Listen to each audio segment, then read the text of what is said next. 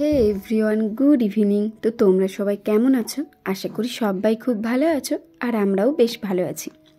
তো আজকের ভিডিওটা হচ্ছে 10ই ডিসেম্বর, আর আগের দিনের ভিডিওটা তোমরা দেখে নিয়েছো। আমার বান্ধবীর ছিল গায়ে হলুদ, আর আজকের ভিডিওটা হচ্ছে আমার বান্ধবীর বিয়ে।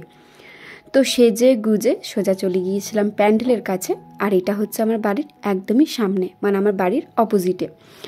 তো এখন ঘড়িতে বাজে তোমার ওই 7টার কি 7:30টার মতো বাজবে। তো আমরা অনেকক্ষণ আগেই পৌঁছে গিয়েছিলাম। আর এই যে দেখো, আমাদের ব্রাইড কিন্তু এখন চলে এসেছে, মানে আমার বান্ধবী। আর দেখো ওর মুখটা ঠিক কি মিষ্টি লাগছে। আর সত্যি বলতে সেদিন ওকে দেখতেও দারুণ লাগছিল। যে সাজিয়েছিল সে দিদি কিন্তু খুবই সুন্দর সাজিয়েছে। তো এদিকে দেখো ব্রাইড চলে এসেছে। তবে ভেবেছিলাম সবটাই ক্যামেরা বন্দি করে রাখবো, যদিও সেটা হয়ে ওঠেনি। কারণ আমাকে বারবার মানে প্যান্ডেলে একবার আসছি, একবার বাড়িতে যাচ্ছি, আবার আসছি, আবার যাচ্ছি, ওই করেই সেদিনটা আমার পেরিয়ে গেছে। যেহেতু আমার প্যান্ডেলটা একদম বাড়ির সামনে ছিল, তাই কিন্তু খুব একটা অসুবিধা হয়নি। আর সোনামায়ের কাছে আমার মা ছিল, তো মাকে বলে দিয়েছিলাম যখনই সোনামা কান্নাকাটি করবে তখনই আমাকে সাথে সাথে ফোন দেবে, আমি চলে যাব। তো এটা কিন্তু বাড়ির সামনে হওয়াতে বেশি সুবিধা হয়েছে। তো এদিকে দেখো এখন আমরা চলে এসেছি ফুচকা খেতে। আর এই যে সেই হচ্ছে আমার বনু, মানে আমার পাশের বাড়ির বনু। তো আর আমি একসাথেই গেছিলাম। তোমাদের দাদা ভাইও এসেছিল, তবে ও একটু বাইরে গিয়েছিল আমার দাদার সাথে, তারপরেও আবার এসেছিল। যদিও তোমাদের দাদা ভাইয়ের ভিডিও ক্লিপ নিইনি, কারণ তোমরা তো জানোই তোমাদের দাদা ভাই ভিডিও করতে একদমই পছন্দ করে না। তবে হ্যাঁ, আমি লাস্টে কিছু ফটো তোমাদের সাথে অবশ্যই শেয়ার করব, নাহলে আবার অনেকেই ভাববে আমি মিথ্যে কথা বলেছি যে দাদা ভাই এসেছে তোমাদের।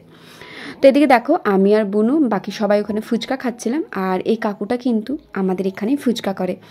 তোমরা দেখেছো কি না ঠিক জানি না, তবে কিছুদিন আগে আমি একটা ভিডিওতে শেয়ার করেছিলাম যে আমি ফুচকা খেয়েছি 4 মাস পর।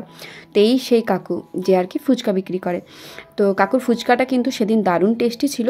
কাকু যখন ফুচকা বিক্রি করে টেস্টি অবশ্যই থাকে, তবে আজকের ফুচকাটা দারুণ টেস্টি ছিল, মানে খুবই ভালো লাগছিল। ফুচকাটা এতটাই ভালো করেছিল যে আমি এক এক করে খেয়েই চলেছিলাম। তবে পাশ থেকে বাবা এসে বলল, আর ফুচকা খাস না, কারণ তোর অম্বল করলে সোনামায়ের অম্বল করবে, তাই তুই আর ফুচকাটা খাস না। তো বাবা যখন এত করে বলল তখন আমি আর ফুচকা খাইনি। খেয়েছিলাম ওই 7-8টার মতন খেয়েছিলাম। তবে জানো তো ফুচকাটা খেয়ে মন ভরেনি, কারণ জানো তো মেয়েরা ফুচকা লাভার, আর ফুচকা ফেলার কিছু চাই না। আর এখানে যে ভাইটা আমার ভিডিও করছিল তাকেই আমি বলছিলাম শুধু আমাদেরকে নিস না, পুরো প্যান্ডেল জুড়ে সবাইকেই নে, যারা যারা আর কি এসেছে। তো আমার কথা মতো ভাই কিন্তু দেখো সবটাই ক্যামেরা বন্দি করে রাখছে।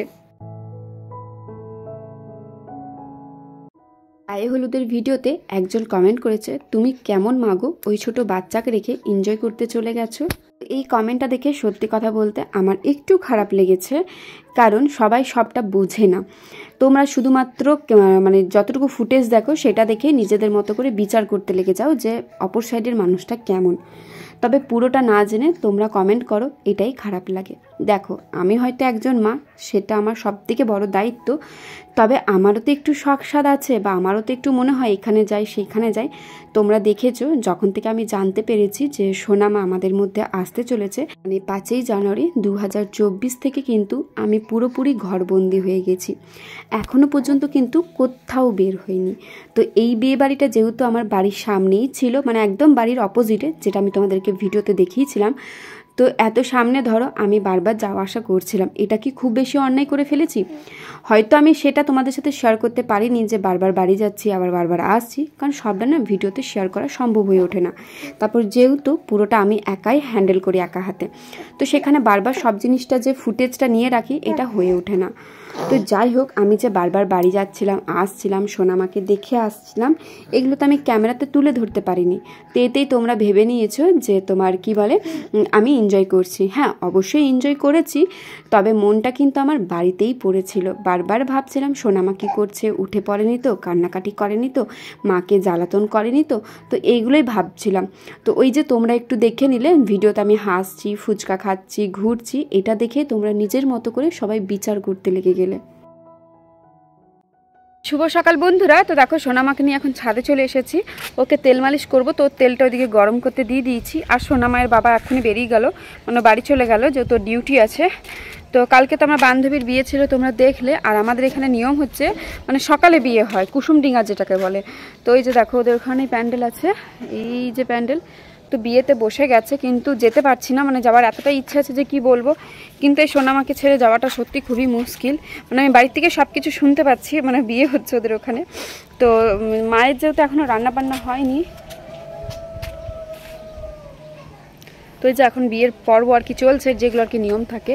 কিন্তু মা যেহেতু এখন রান্না বান্না করছে, সোনামাকে কার কাছে এবার রেখে যাব, তো যার কারণে যেতে পারছি না। তো আজ একটা জিনিস বুঝতে অনেক দিন আগেই পেরেছি, তবে আজকে বুঝতে পারছি, যেহেতু আজকে সেই দিনটি এসেছে যে এটা মানে সিঁদুরদান হচ্ছে।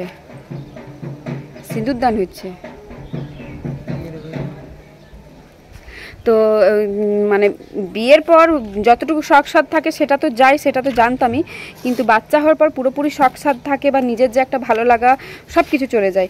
মানে আজকে দেখো যেতে ইচ্ছে করছে, কিন্তু আমি যেতে পারছি না, যেতে যাওয়া সোনামাটার জন্য। তো খারাপ লাগছে, কারণ ধরো ভালো লাগে বিয়ে দেখতে, তো কি আর করব। দেখি সোনামাকে একটু মায়ের কাছে দিয়ে তারপরে যাব। আর একটা জিনিস কি জানো তো, কাল থেকে দেখছি আমি গেলে না ও কান্নাকাটি করছে, জানি না কেন, কি বুঝতে পারছে না, হয়তো বুঝতে পারছে মা চলে যাচ্ছে, যাই হোক, কিন্তু আমি গেলে ও কান্নাকাটি করছে দেখছি। যেহেতু ওর বাড়িটা সামনে, তাই আমার বারবার আসা যাওয়ার একটু সুবিধা হচ্ছে, তাই বারবার চলে আসতে পারছি আর কি, যখনই মা ফোন করছে। তো দেখি, বিয়ে তো মনে হয় হয়ে গেল, কটা বাজে এখন 10টা বেজে গেছে না, এখন হবে না, একটু সময় লাগবে। 9টার সময় মনে বিয়েতে বসেছে, ওই 10:30 11টার মধ্যে মনে বিয়েতে উঠবে। তো দেখি ওকে তেল মালিশ করে একটু রোদে রাখি, তারপরে মায়ের কাছে দিয়ে আমি যাব, একটু গিয়ে দেখে আসবো। আর যদি বিয়ে হয়েও যায় তো কিছু করার নেই আর। তো যাই হোক, চলো ভিডিওটা দেখতে থাকো। তো কাল রাতে কিন্তু আমরা 10:30টার মধ্যে বাড়ি চলে এসেছিলাম, আর এখন আমরা যাচ্ছি বান্ধবীর বিয়ে দেখতে। আমাদের বাড়ির নিয়ম অনুযায়ী কিন্তু সকালে বিয়ে হয়, মানে যেটাকে কুসুমডিঙ্গা বলা হয়। তখন আমি, আমার দিদি আর পুচকু সোনা যাচ্ছি বিয়ে দেখতে। যদিও বিয়ে কমপ্লিট হয়ে গেছে, কারণ এখন প্রায় 11টা 11:30টার মতো বাজে। তো তাও গিয়ে পরে কিছু রিচুয়ালস ছিল যেগুলো আর কি দেখতে পেয়েছি। তো এই যে দেখো, ওদের কিন্তু বিয়ে, যৌতুক বসার সব কিছু কমপ্লিট হয়ে গেছে। তো এখন ওই যে কিছু রিচুয়ালস আছে সেগুলোই পালন করা হবে। রিচুয়ালস বলতে তোমার ওই সরা ভাঙা আছে, সরা লুকানো আছে, তারপর ওই যেটা চাদর থাকে সেটা ছোড়াছড়ি আছে, মানে অনেক কিছু আছে। তো তোমরা দেখলেই বুঝতে পারবে আমাদের বাড়িতে ঠিক কী রিচুয়ালস আছে। তো আমার বাড়ির নিয়ম অনুযায়ী যেমন সকালে বিয়ে হয়, তো তোমাদের কার কার এরকম নিয়ম আছে যে সকালে বিয়ে হয়। আমাদের রাতের বিয়ে বলতে শুধু মালা বদল, শুভদৃষ্টি আর তোমার যেটাকে কন্যাদান বলে সেটা আছে। আর তারপর 7 পাক ঘোরা, সিঁদুর দান, তারপর যা কিছু থাকে সেগুলো সব মানে সকালবেলায় হয়। তো এইটা কার কার নিয়ম আছে অবশ্যই কিন্তু একটা কমেন্ট করে জানাবে। তো এই যে দেখো, ওরা কিন্তু এখন সরা লুকোচ্ছে বা কিছু একটা বলে, আমার খুব একটা জানা নেই নিয়ম সম্বন্ধে। তবে যাই হোক, বিয়ে বাড়িতে গিয়ে কিন্তু এই বিয়ের সমস্ত রিচুয়ালসগুলো দেখতে ভীষণ ভালো লাগে, আমার তো খুবই ভালো লাগে। আর এই নিয়মটা জানো তো, ওই যে ওরা সরাগুলো নাড়ছে, তো ঢাকাটা যে খুলে রাখছে ওটা শালিতে লুকিয়ে দেয়। তো সেই আর কি, ওর শালিগুলো সব রেডি হয়েছিল লুকানোর জন্য, তো এখানে দেখো লুকিয়ে নিয়েছে। তো জামাইবাবুর কাছে টাকা চাইছে, ওরা দাবি করেছিল 1001 টাকা। তো এই খুনসুটে মজাগুলো কিন্তু খুবই ভালো লাগে, তো খুবই এনজয় করছিলাম। তো বন্ধুরা, তোমরা কে কে আমার এই বিয়ের সমস্ত রিচুয়ালসগুলো দেখতে চাও বা আমার বিয়ের অ্যালবামটা দেখতে চাও অবশ্যই কিন্তু কমেন্ট করো। কারণ এখন তো আমি আমার বাবার বাড়িতে আছি, আর এখানে অ্যালবামটাও আছে, তো আমি চাইলে কিন্তু তোমাদের সাথে শেয়ার করতে পারবো। তো তোমরা যদি আমার বিয়ের অ্যালবামটা দেখতে চাও অবশ্যই কিন্তু ঝটপট করে কমেন্ট করে দাও। তো আমার খুবই ইচ্ছে ছিল আমার বান্ধবীর বিয়ের সমস্ত রিচুয়ালস প্রথম থেকে শেষ পর্যন্ত সবটাই শেয়ার করব তোমাদের সাথে। তবে যাই হোক, কোনো কারণবশত সেটা শেয়ার করা হয়নি। আর কারণটা কি সেটা তো তোমরা খুব ভালো করেই জানো, সেটা হচ্ছে আমার সোনামা। আসলে ছোট বাচ্চা রেখে যাওয়াটাও না খুবই কষ্ট। আর ধরো মায়ের কাছে যে রেখে দিয়ে যাব সেটাও সম্ভব হয়ে ওঠে না, কারণ মায়ের তো সকালে অনেকই কাজবাজ থাকে, তো মায়ের কাছে বা কি করে রেখে দিয়ে যাব।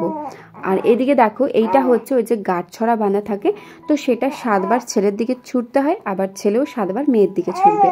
তো এইগুলো ভীষণ ভালো লাগে দেখতে আর কি। তো আমার মতো কার কার তোমাদের এরকম বিয়ের সমস্ত রিচুয়ালস দেখতে ভালো লাগে অবশ্যই কিন্তু ঝটপট একটা কমেন্ট করে দিও। এরকম কারোর ভিডিও দেখলে মানে সবথেকে প্রথমে আগে নিজের বিয়ের দিনগুলো মনে পড়ে যায়, সেটাও কিন্তু জানাবে। তো যাই হোক বন্ধুরা, আজকেই ছিল বিয়ের লাস্ট ভিডিও, আর তো কোনো ভিডিও ক্যাপচার করিনি। কাল থেকে আবার আমি আমার দৈনন্দিন জীবনে ফিরে আসবো, যেগুলো আর কি তোমাদের সাথে শেয়ার করি।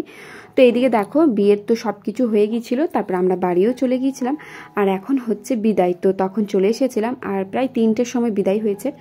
তো এই মুহূর্তটা মেয়েদের হচ্ছে সবদিকে কষ্টকর মুহূর্ত, মানে যেটা বলে বোঝানোর মতো নয়। তবে চেয়েছিলাম আমি এটা ক্যামেরাবন্দি করব না, তবে যাই হোক ভাবলাম একটু তোমাদের সাথে শেয়ার করি, তাই বেশি ভিডিও ক্লিপ নিইনি, ওই একটা মতো নিয়েছিলাম। এই সময়টা যে ঠিক কতটা কষ্টকর সত্যি সেটা বলে বোঝানোর মতো না। আর তোমাদের সাথে হয় কিনা জানি না, তবে আমার সাথে এই জিনিসটা খুব মানে আমি ভালোভাবে মানে কি অনুভব করেছি যে কারোর বিদায় দেখলে না নিজেরই অজান্তে চোখ থেকে জল বেরিয়ে যায়, জানি না কেন, আসলে নিজের দিনগুলো মনে পড়ে যায়। তো চলো ভিডিও শেষে তোমাদের সাথে কিছু ফটো শেয়ার করি আর তোমরা তাকে দেখো। আর ভিডিওটা ভালো লেগে থাকলে অবশ্যই লাইক, কমেন্ট, শেয়ার